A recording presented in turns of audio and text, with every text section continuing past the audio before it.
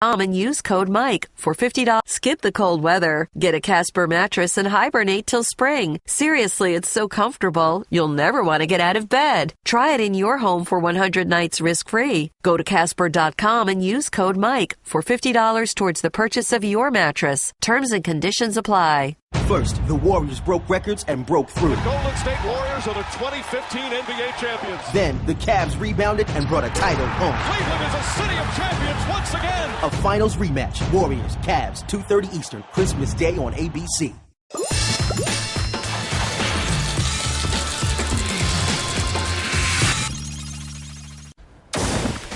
As the old saying goes, the Redskins had their destiny in their own hands, and they blew it, which proves that everyone who said it doesn't really know the definition of destiny. But I digress.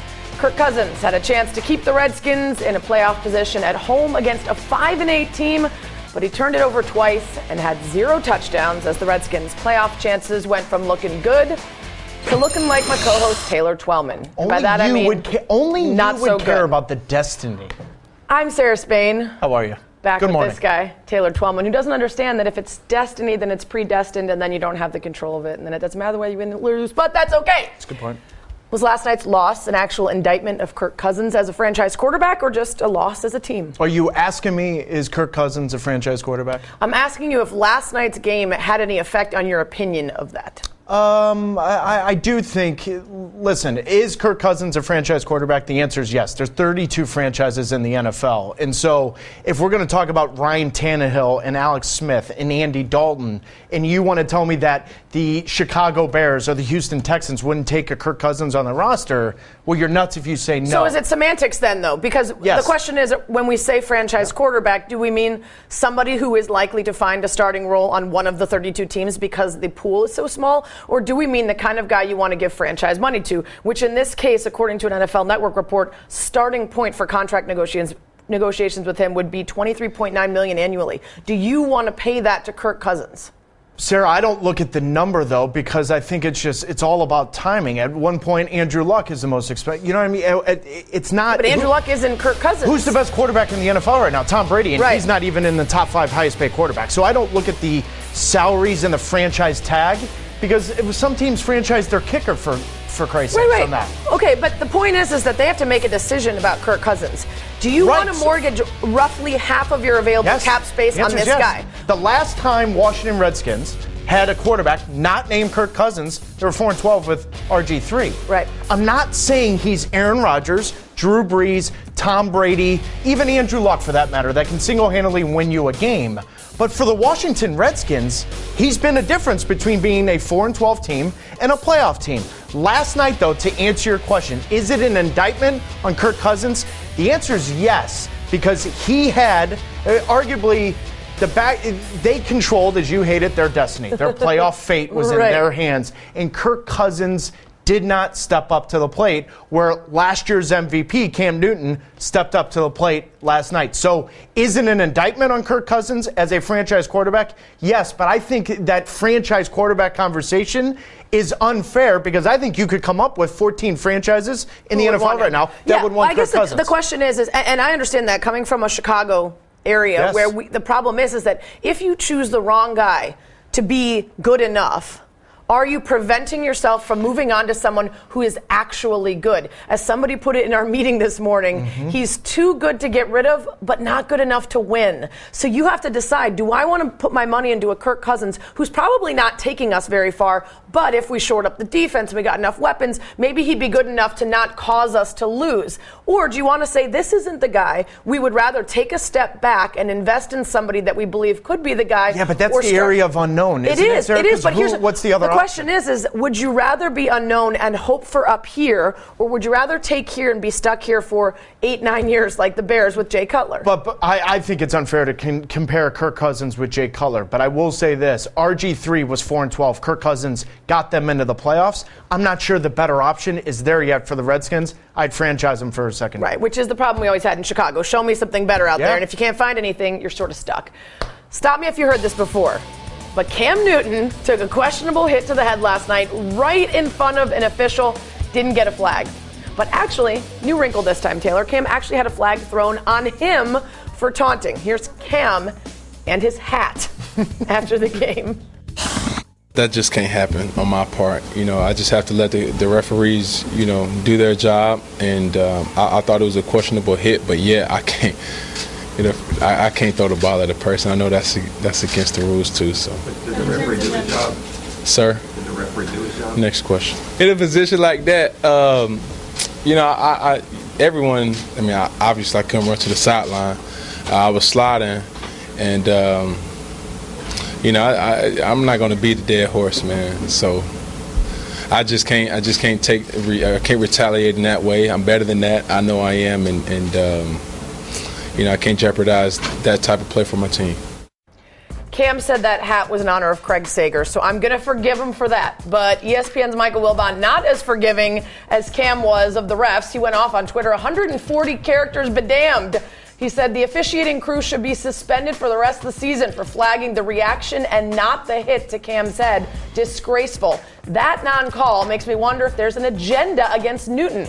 It was right in the open and unmistakable. The league has to take action against the official in question when the incompetence is that glaring. Walt Coleman or someone on his crew has to go down. So, does this actually show you that there's some sort of vendetta or difference in way of calling things against Cam? I think first and foremost, in those of us that sit on the couch and haven't reffed or officiated a game, this is one of the few things in the NFL that you can't challenge. So at the blink of an eye, the way these NFL players are crossing the field and 50 yards is the width of the field, a lot can happen. So the human element is there. No doubt in my mind, Cam Newton does not get the respect that Rodgers, Brady, and even Drew Brees for that matter. And I'm going to show you this clip from Sunday in the Arizona game with New Orleans. It's in the fourth quarter. Drew Brees, there's a flag called. Now you tell me if this is Cam Newton that there's a flag. Listen, just because Cam Newton is bigger, stronger, faster, more athletic. Okay, that's what I want to ask you. Is it a matter of respect or is it a matter of subconscious bias? And by that I mean they are not intentionally saying we don't give Cam the respect of those other guys. What they're doing is they're in their brain, the way he reacts to those hits, the way he bounces off them, the way he evades them, the athleticism with which he even absorbs them.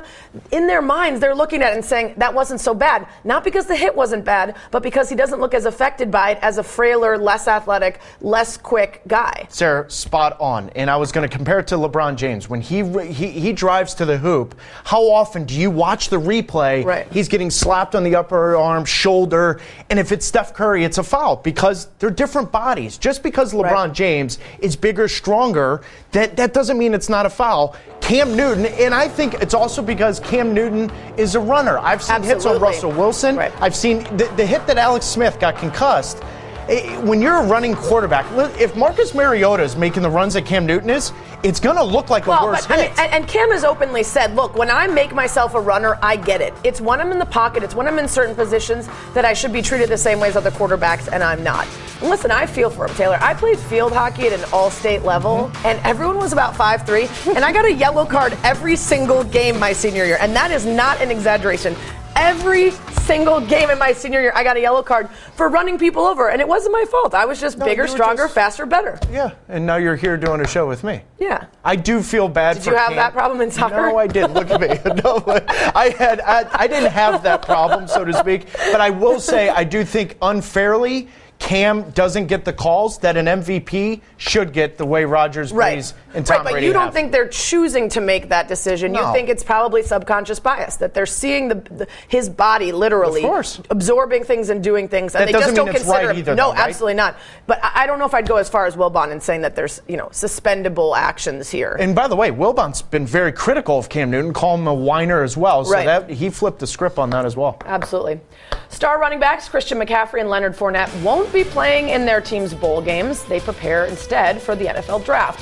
Those who are defending their decisions point to the Jalen Smith injury during Notre Dame's bowl game last season, which ended up costing Smith millions. Smith had a surprising tweet last night. Did this surprise you yesterday? Absolutely. It caught me off guard. Said, honestly, with everything I've been through, if I could go back to January 1st, I'd play again. #Clear Eye View. I live my life when someone says, let's be honest, honestly, do you want me to be honest? Like everything after that no, is... I want you to lie to me. Right, exactly. Right, so usually I'm a little surprised by Jalen Smith, and I'm not going to come up here and say that Jalen Smith is lying, that he wouldn't go back. But he lost $20 million. Right. So, Jalen, if you are going to be honest, and we're going to do this in more than 140 characters, I'm not sure what. Here's the issue I have with this. Let's say Christian McCaffrey and Fournette are computer engineers, right? And the whole point of college is to train or learn and set yourself up for a better position after college. Right. Now, let's say Christian McCaffrey leaves Stanford his sophomore year and works for Google or Yahoo or whatever you want to say, Uber. Right. We're all sitting here applauding it. Right. So now because he's making, and for the record, I don't agree with it, but I have to respect it. Right. I wouldn't have done it. I have to respect it, though, and his teammates have. Why do we, as a society, look at college athletes in a completely different limelight than we do as a computer engineer, a teacher, a musician, scientist, whatever you may be? I think there's a team aspect of if you're leaving whatever that program is to go pursue a real-world job, you're probably not leaving midway through an important research project that you're essential to. I'm just using it as an example. You might be, but the likelihood of you leaving behind some sort of, let's say it was a granted research program. That way there's money involved, the same way that a scholarship would be involved. You might not leave that granted research program before that is done because of the team necessity of it, because of the amount of money that's been invested in finishing that project and coming to some sort of conclusion. I understand your point, though, and I agree with you. The thing is, the question for college football is this the start of an epidemic? Is this something we're going to continue to see, or are they outliers? Because I do think if it was a college football playoff game they'd be playing, I think maybe the Rose Bowl, maybe one of those higher profile games they'd be playing. I agree with you. But when there are so many bowls, when the bowls are continuing to be lessened in terms of importance because of the playoff system. And anyone that denies that is completely lying. Right. So then the one thing that I found interesting about Jalen Smith was, while I don't necessarily agree that he would 100% play, knowing what he knows now. I liked one quote he said. He said, I would play it again, and I don't just mean that figuratively. Like, I truly believe that. It's just not in me to give up, even if it were for the benefit of me. This could be for the benefit of me. I'm becoming a better man. So somehow I think he's able to convince himself that everything happens for a reason. So I'm learning from this setback. I'm finding a way to be a person beyond just the $23 million man.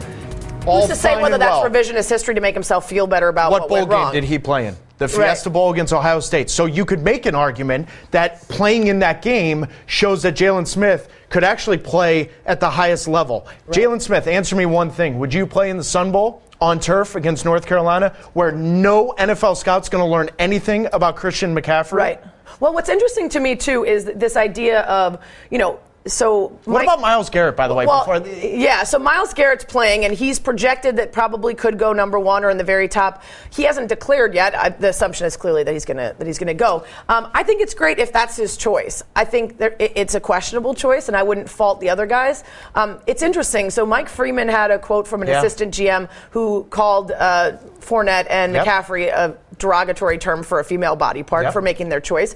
And then Bruce Feldman spoke to a scouting director for the NFL who said, listen, I think I'm not going to make character decisions on these guys. I'll go play by play, guy by guy to decide what it means about them. But I think more old school guys in the NFL might decide. And I think that is absolute BS. To try to make a character call about a guy's effort or team loyalty or anything else based on this. Or to make an anonymous quote to a reporter and not look in the mirror and say exactly what you're doing is defining what you're calling Christian McCaffrey. Right.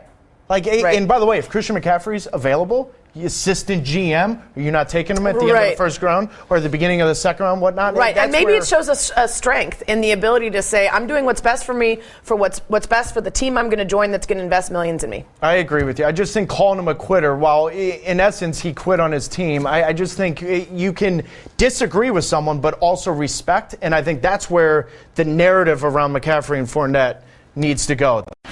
College football lives here. After winning the Big Ten title, Penn State believe they earned a trip to the playoffs. This is one of the better stories of college football.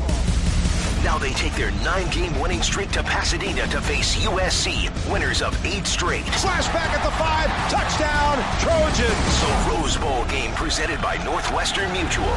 Coverage begins January 2nd at 5 Eastern on ESPN and on ESPN Radio. All right, we're going to speed it up a little bit, go hard in the paint. That's exactly what Russell Westbrook did last night. After 22 assists Saturday night, he drops 46 last night against the Atlanta Hawks, but OKC still lost following a controversial no call on Russell Westbrook at the end of the game. He drove the lane. He appears to get hacked. He doesn't get the call. We're not going to talk about Steven Adams missing the layup. Not in time. Did Russell Westbrook get robbed? Well, he made the dunk, but it wasn't in time. Right, but we're not going to talk about it. Just tip it in. You're tall. Right, exactly. Like, try to release it a little faster. Exactly. Listen, there's multiple plays here that, in theory, you could get the call. And the question is, do we believe that there's something in Russell Westbrook's style that prevents him from getting those calls? Is there some sort of, is it because he's slightly out of control on that initial drive? Is it because he's so much smaller, so he's going into the trees with those bigs in there? They're not going to give him that call and that block, even if there's a body there. Later on, when he gets the three, is he shoving his lower body out Reggie Miller style to try to draw the foul? All of this means what? Was he fouled or not? The answer was he was fouled. Probably, but what you talk about with Cam Newton same is that thing. some contract, exactly, spot on. At the end of games, Westbrook's 1,000 miles an hour. Right, they don't want to bail him out. They want to just let him play. Let's talk about bailing him out. The Pistons held a players-only meeting following their loss Saturday to the Pacers. That didn't help too much. They get blown out by the Chicago Bulls. Here's Stan Van Gundy on if the meeting really helped. My Chicago Bulls. Yeah. Team meeting, that stuff's, like I said before, that stuff means nothing. It's what you do on the court. Talking's easy. I have nothing to say. I mean, it was a disgusting performance. So, by all of us, me included. I mean, it was unprofessional, embarrassing, humiliating, whatever you want to say. It was terrible. It looks to me like a lack of effort and a lack of heart. That's what it looks like to me. It's just a matter of who now. We're not. I guarantee you, on Wednesday night, we're not trotting that five out there again. Players only meetings. Fan of them? Before we even get into that, I've got a number for you. The starting five in that game were minus 153 for the game. 0.0. I award you no points, and may God have mercy on the Pistons. Players only meetings, sure. Absolutely. There's no harm in getting the guys together and seeing what can get figured out. Maybe nothing in the case of the Pistons. I usually feel like if you're going to have a players-only meeting, you better figure out the next game, because otherwise you just basically said, coach or not, this group of players can't get together. Yeah, either that or they're saying, we need you, Stan. We can't do it alone. Our players-only meeting was a massive fail. The NBA is following the Cavs' lead by prohibiting players from running hoverboards, which is reportedly instituted in the new CBA. Other activities that are not allowed: fireworks, firearms, jet skiing, and trampoline jumping. Smart? I guess so. I had a trampoline growing up. It had rusty springs. It was old. We used to put a sprinkler under it when it was hot, so it was water and a trampoline. I was fine. But I guess if I was worth millions of dollars to a team, they might want to be safer. My main issue, Taylor, is with hoverboards being called hoverboards. I don't see anything hovering. There's nothing hovering. This is his and hers. It's not Deep Thoughts with Sarah Spain. Talking about field hockey. Now we're talking about the trampoline with a hose under it. Get personal, Taylor. Don't be shy. Listen, the hoverboards, no one's going to get hurt. I'm fine with hoverboards. The other stuff I agree with. You don't want to do anything as an athlete that costs you millions of dollars. I'm not sure the hoverboard's really going to do that. In soccer, you could use fireworks, right? You don't need your hands. It only took us to the B block to bring soccer in. Both Odell Beckham Jr., who is a self-proclaimed great soccer player, and Le'Veon Bell, tweeted their displeasure and pointed out the double standard in Ezekiel Elliott not being fined for jumping into the Salvation Army kettle after a touchdown against Tampa Bay. Do you agree with these two? I think the reason that there was no flag was no fine was the charity aspect. 100%. Listen, he got penalized for it on the field after the fact. The NFL, for once in their lives, considered the optics of something and said it might be a little tone deaf and look bad for us to penalize the guy. What do you mean? They always consider the optics of something. Not in terms of when the players wanted to have their my cleats, my message, and they said you can't do it because you were on a bye. Oops, that's a terrible choice. Never mind. We rescind. You're allowed to do it. Spain. Good point. Exactly. So I think in this case they just decided it's for charity. And you can't give yourself a point. I award myself points daily. I actually agree with Odell Beckham Jr. I think Beckham Jr. and Bell would have both been fined because I think history plays a huge part in these types of decisions with the NFL. I'm not going to go into Deflategate right now, but I think history goes into a lot of this. Absolutely. And I actually think ODB Jr. and Bell both would have been fined. Really? I do. Oh, I think in this case the reason he skated free was the charity. We're moving on. You're done. You already said your piece. After the Cowboys beat the Bucs behind 32 of 36 performance from Dak Prescott, Des Bryant had a message for those Cowboy fans calling for Dak to be benched, saying Get off the bandwagon. We don't need you. Should Dak was it dumb for Dez to say this? Listen, he's going to talk, right? We figured out by now that Dez is going to get his say in, whether it's on the sideline fighting with teammates or whether it's in the locker room afterwards. He's going to have his say. He's going to beef with people. And in this case, beefing with your own fans, not always a great move. But if it gives support to Dak, I think 99.9% of the time, it's a bad move. Listen, the paying customer is the reason why Dez is making the money. Right, but who's going to get them the win, and then what are those fans going to think when they win it all? They don't care what he said to them. So if he's supporting his boy Dak and giving him the confidence he needs during this tough time when people might be calling for Romo, then I say more power to you. I had no problem with it because that's the exact point, is that within that locker room you have your star wide receiver, your temperamental personality, and what does he say? He comes out and he backs Dak. I have zero problem with it whatsoever. Right. Perfect. Yeah, good. I've this entire segment's about Sarah Spain being correct. According to Yahoo Sports, John Gruden has emerged as a focal point for the Rams as their search for their next head coach. Here's also part of the list: Sean Payton and Stanford head coach David Shaw. Is the Rams job really that appealing? Well, what I think is appealing for Gruden is that every single time his name comes up, he gets a raise. He gets a raise from ESPN. He's already making, $6.5 million or so from ESPN? A little bit more. He's getting close to what coaches are making for a job that, Leverage. Look at what we're doing right now. Leverage. We're just hanging out, chatting about sports. We're not staying up all night making game plans. You just put us on the same level as John Gruden? Working in sports on an analyst level, the way he does, is a lot of work. It's nowhere near the amount of work you put in if you're a coach, the hours and the time. And that's my for the amount day of money, job, right? As I do analyst for soccer game. Right, and do you think that's as difficult as if you were the head coach? No. Exactly, so you're yet again confirming my point by just interrupting me. So the point is that, listen, it's great for him because he's going to get a raise every time. Are the Rams a great job? You get to be in California. It's an NFL head coaching position. There are so few of those that if you can choose from any job in the league, maybe not. If this is one of the only few open, absolutely. I'm having my agent call the LA Rams, see if they need a water boy. Maybe will that give me an extension? No? Hey, college football fans, I'm Matt Schick. Jimbo Fisher's wallet is a little heavier now, but is the seat also getting a little warmer as a result? We talk about that and discuss our program changers for the 4 playoff participants on the latest Championship Drive podcast. Jaguars GM Dave Caldwell says he'd like to discuss the head coaching opening with Tom Coughlin. He was the team's first and most successful coach, leading them to the playoffs in 4 of their first 5 seasons. But he's 70 years old, and some have questioned if he's the right man to turn around a franchise. Tim Hasselbeck joins us now. You played 2 seasons under Coughlin in New York. Is he the right guy for the job?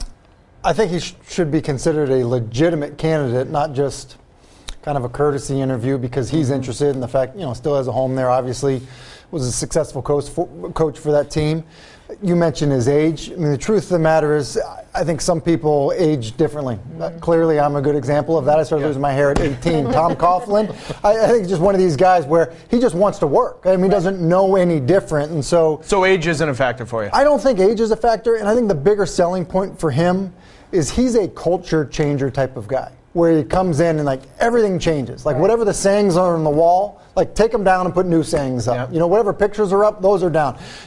Everything that he did in New York and quite honestly in Jacksonville as well, in terms of changing the culture, is really, that's kind of who he is as a coach. But the focus on accountability has always been one. Yeah, I spoke to another former player of his, and he said the same thing about his energy levels as far as not feeling his age. But what he said the question always will be is how long does he want to coach? So that's the his real age question, only comes into play there is, if you invest in him, how many years does he want to be doing the grind? I think there are some guys that it's what they want to be doing.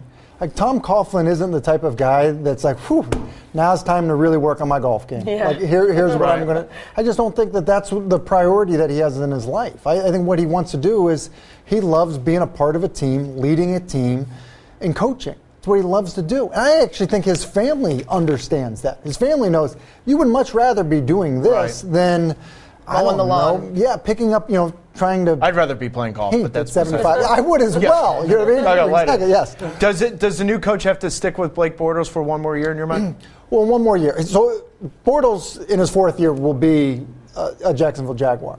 But beyond that, I'm not sure because the 5th year option for him will be around $19 million. And I think that people will look around at that point and say, we probably have a better, cheaper alternative than Blake Bortles. Unless he throws 30 touchdowns and it has less than 15 interceptions next year, then you'll pick that up. Yeah, which, listen, that would be a great solution because then you're not searching for, who the next guy is or having a stopgap quarterback. So I think, look, for 1 year. But I don't think that Blake Bortles there precludes somebody from wanting the job and making it a bad job. Because it isn't as much of an investment as, say, a Goff, where you're just starting out. He's got enough time. With Goff, you're much more tied to the hip with Jared Goff. Yes. I think it's worth noting that I think in his last game, Bortles had a QBR of 18.1. So if you're going to give him $1 million more than his QBR to extend. Well, as somebody that had a 0 quarterback rating in a game, you know what? Not personality. It happens, man. Not personality. They should have paid me nothing. Got a bad night. Yes. Bill O'Brien sticking with Tom Savage as the Texans starting quarterback. That means $37 million man Brock Osweiler will be counting his money on the bench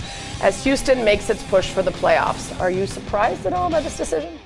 I'm a little bit surprised because normally when a team, dedicates so much money to a quarterback specifically, it's usually an owner and general manager decision in terms of that guy being on the field, plain and simple. I mean, probably mostly an owner decision because he knows what he's paying him.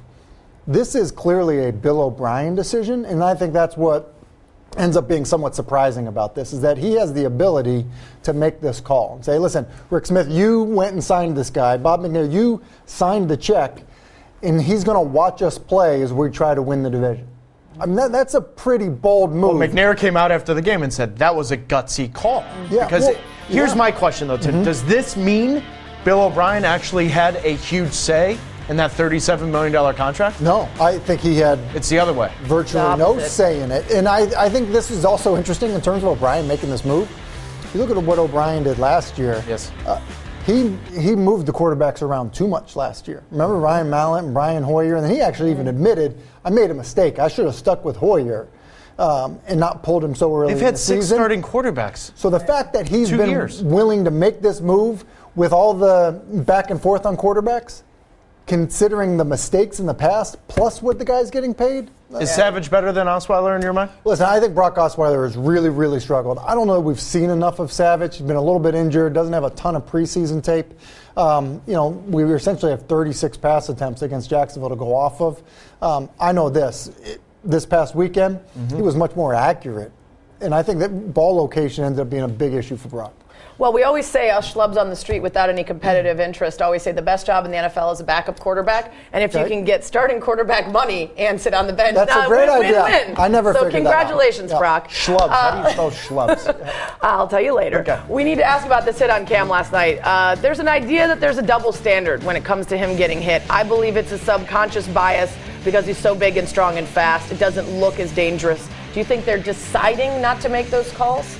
No, I actually think that they just are wildly inconsistent on these types of calls. I mean, the NFL has actually even issued a statement on that play saying, look, Walt Coleman's crew actually got the call right in our estimation. Now, if they would have called it the other way, we'd have been fine with that as well, but it is a bit of a judgment call, and there has to be a forcible blow to the head. And I think this idea that Cam somehow is getting treated drastically different than other quarterbacks around the league, I just don't believe that it's accurate, because when you look at other quarterbacks and how they're getting hit, it's just, I mean, it's across the board every single week. There's Matthew Stafford getting hit in the head against the Giants this weekend, no flag. How about the Tom Brady rule? There's Ryan Tannehill with a partially torn ACL on Calais Campbell. This one's unbelievable. How about Russell Wilson with a defender leading this one's unbelievable. With the crown of his head, to a star player. Now here's Case Keenum, getting hit up high, thrown down to the ground. It goes on and on. Crown of your head. You can't contact that quarterback with the crown of your head. This is the worst of them all, though. Listen, it's further into your slide if you're Alex Smith than for Cam Newton. He gets concussed in that game. This is a crucial play in the game for the Minnesota Vikings. Sam Bradford hit in the head. Carson Palmer hit in the head. It goes on and on. Carson Wentz hit in the head. None of these, not a single one, was flagged. But not a single one of those clips had Aaron Rodgers, Tom Brady, Drew Brees. No. So my guess, I guess that's what this... So here's what I would say to that. Those plays are me watching the games and just being able to, at that moment, be like, hey, and reference it and find it from the time we started talking about it till now. So it's not to say that they don't exist, okay? So that's what I would say as it relates to that. But I guess what I'm saying is that They're inconsistent. Is We're exactly not what you're bringing debating, up. Yep. the hits on Matthew Stafford. No. Right. Do you think we're only talking about it because Cam spoke up and said he didn't feel safe and he felt he wasn't getting the calls? Or he's a former MVP. Yeah, I mean, he's a former MVP. The game to start the season obviously played a pretty big role in this. To be honest, too, and I know we're showing video of him getting hit running to the goal line, I think there's also hits that he takes as a running quarterback that are just not applicable to the protection that the quarterbacks get. And it's hard not to watch Cam Newton and say he's not bigger, stronger, faster than every single other one of the clips that you've seen. So to Sarah's point, and I agreed with it at the top of the show, when he's running out like this and he gets hit, it's a lot like LeBron James going to the hoop. Right. It doesn't faze him. It doesn't hit mean differently. His it's body not a penalty, but it doesn't faze him. Yeah. Yeah, I mean, listen, maybe that's part of it. I think there's also a part of it, and I know the officials have taken a ton of heat this year. It's very different for an official, and most of these guys aren't necessarily in the prime of their physical conditioning. To be standing there for, we're quarterbacks that mostly remain inside the pocket, being able to stay in their same position and have a look into the pocket and see a quarterback get hit, versus a guy escaping outside the pocket. Now you have to run as an official to get in position to make a call. I mean, if you watch some of these plays... So you're talking about everyone but Hockley then? Pretty much. Well, see, Hockley is one of those guys, I don't know about his agility, the Olympic lift stuff, I'm sure is really impressive. Did you notice when he brought up the physical condition, he looked at me? Yeah, I did notice that. No, because of the shape that he's in. Right. Yes. Do you think it also makes a difference that all of the NFL rules now have 14 addendums that are vague language? So you're thinking in your head, you're cycling through all the different parts that you have to remember? And I think that's part of my thing, too, with the officials. It's hey, they're treating him differently. Do we really think? Take a look at Walt Coleman. There's you think no way. Walt Coleman and his crew are there's no way. Before the game, they're every time Cam goes out for a goal, let it slide. There's no way. There's no way. I don't know. Tim Donaghy would like to have a word with both of you about. I'm just saying, you never know. That was aggressive. You never know. Great. Here we go again. The NBA has revamped its method for choosing All-Star voting, giving the media and players 25% of voting each. The rest remains with the fans. Kyrie Irving is excited that the players now get to have a say, but he's not a fan of the 25% allotted to the media. So, Taylor, did the NBA make a mistake by taking some power away from the fans? This was the hardest topic for me to wrap my thoughts around. And two reasons why. One, first and foremost, I do understand the checks and balances of the whole thing for the player that deserves to go to the All-Star game and the NBA trying to address it. I completely understand that. However, there's the Derrick Rose rule that came in the CBA in 2011, and I want to read it. It's if a player on his rookie contract is voted an NBA All-Star starter by the fans twice, he's then entitled to 5% more than he would be other hands, so 25% if he isn't, 30 now, to his contract renegotiation. So now as part of the media, I'm looking at it saying the players and the media can subjectively have a hand in the contracts and salaries. And I'm not saying it's right for the players to, but I don't know if the fans would think about that. Right. The media would. And how do you, as a media member, and listen, I analyze games and do interviews in Major League Soccer, U.S. soccer, soccer around the world. Sarah, how do I objectively criticize someone or analyze something if I'm voting that I single-handedly have a hand that I could sway? I get what you're saying. I think that's getting very into the minutia, though. I think most media and most players, when making this decision, are not going to decide whether or not they think it's going to have a say in the contract. I don't think a media member. But couldn't the players? But here's the thing. So what would the media members' impetus be to change that? To say, oh, I want the team to do better, so they have to pay him less, so it's less of a hit on the cap, or is it? You know what I mean? There's so many. No. What if a GM or a team president says, we'll give you more access, we'll give you the beat? Vote. If you say, I'm going to say Jimmy Butler, for lack of a better word, because right. It's your Bulls team, as you referenced in the beginning of the show. What if the GM or the president said, do not get Jimmy Butler? I'm not saying. I think it's an interesting angle that you bring up. For me, I think on its face, it's a good choice because I think they're trying to prevent something like what happened in the NHL with John Scott, which is unfortunate because it was a great story, and I think we shouldn't be trying to fight off good stories like that. Yep. But and then I also think there's this idea of when we look back in history, we love to say he was an 8-time All-Star, and sometimes that All-Star voting is a joke, or sometimes it's all of China voting for Yao Ming when he's injured and can't even play. And if we're going to use that as an indicator of success, then it needs to mean something. Well, I think it will mean more if it's not all up to the fans. That's the checks and balances of the situation, which I agree with. I just, as a media member, I have a tough time when I go into these voting. I just, knowing as an ex-player that, wow, a lot of those votes have a say on whether or not, and I get it. Were you ever an all-star? Yeah, I think that's probably also, it's a sensitive issue for you because you don't understand what it's like to be an all-star. 66 Baseball Hall of Fame ballots have been made public so far, and both Roger Clemens and Barry Bonds sit at 71%. That's short of the 75% needed to get in, but it's a significant increase for a pair of guys who didn't even reach 50% last year. So, Taylor, does that mean it's just a matter of time for both these guys? Yes, it is. The Baseball Writers Association, currently, the discussion you and I had off camera about Curt Schilling and whether or not, because he's a bad person, he shouldn't get in. Allegedly bad person. Right, whatever. Right. The transparency of the whole thing drives me absolutely absurd. If Bud Selig, who is the commissioner during the steroid era, if a Tony La Russa, who won World Series championships with juice players, can get into the Hall of Fame, then you need to explain to me how the players can't. Yeah, I absolutely agree with you. I don't understand that. And that's a specific point that I think might actually sway people. And there was one Baseball Writers America writer who said, listen, if Bud Selig... Wait, someone came out from the Baseball Writers Association and actually publicly put their name to something? Yeah, I believe that was... I believe that was the group she's with. And she said, if the Today's Game Committee is going to vote in Bud Selig, who's a guy who blatantly turned a blind eye to this, then I guess I have to throw up my hands and say, okay, I don't want to, but I'm going to vote for guys that I think probably cheated. And I think, this always comes back in this conversation. How do we know that other guys didn't? And how are we deciding based on our own, the facts that we may have, in some cases that we know for certain, and with other guys we don't know for certain. But if in the end it's supposed to be about who played the best, and we don't know if it was a level playing field, then you have to go based on performance. Take steroids out of it. Are Bonds and Clemens in the Hall of Fame? Absolutely. 100%. So I think these two they're actually the worst example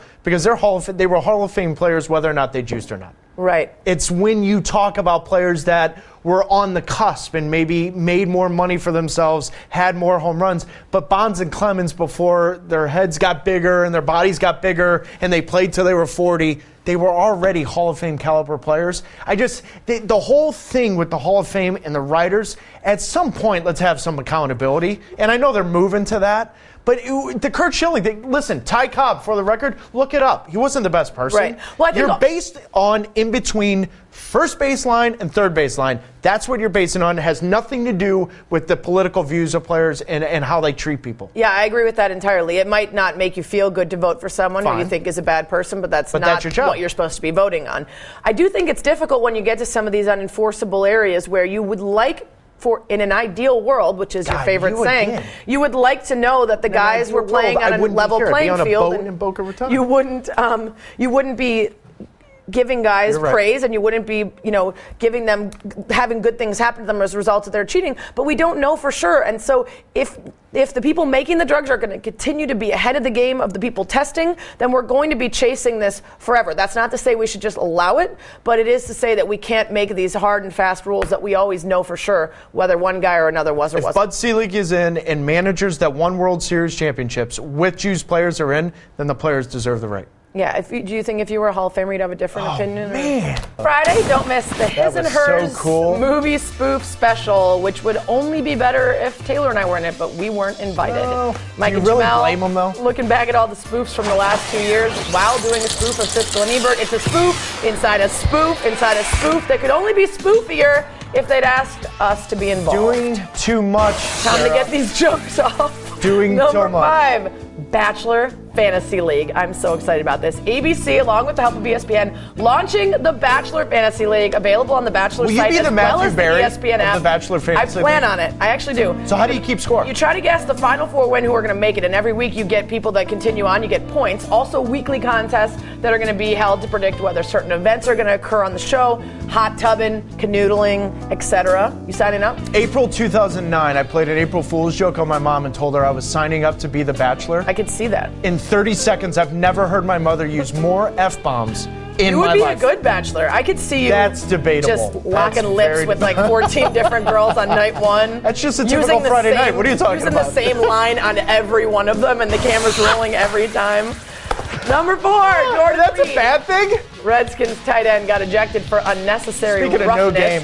after squaring up and punching Panther safety Kurt Coleman late in the third quarter. Reed had 1 catch for 6 yards on the night. And guess who was more upset? Do you think it was his team or fantasy owners who saw the guy bounced in the game? Or Kirk Cousins.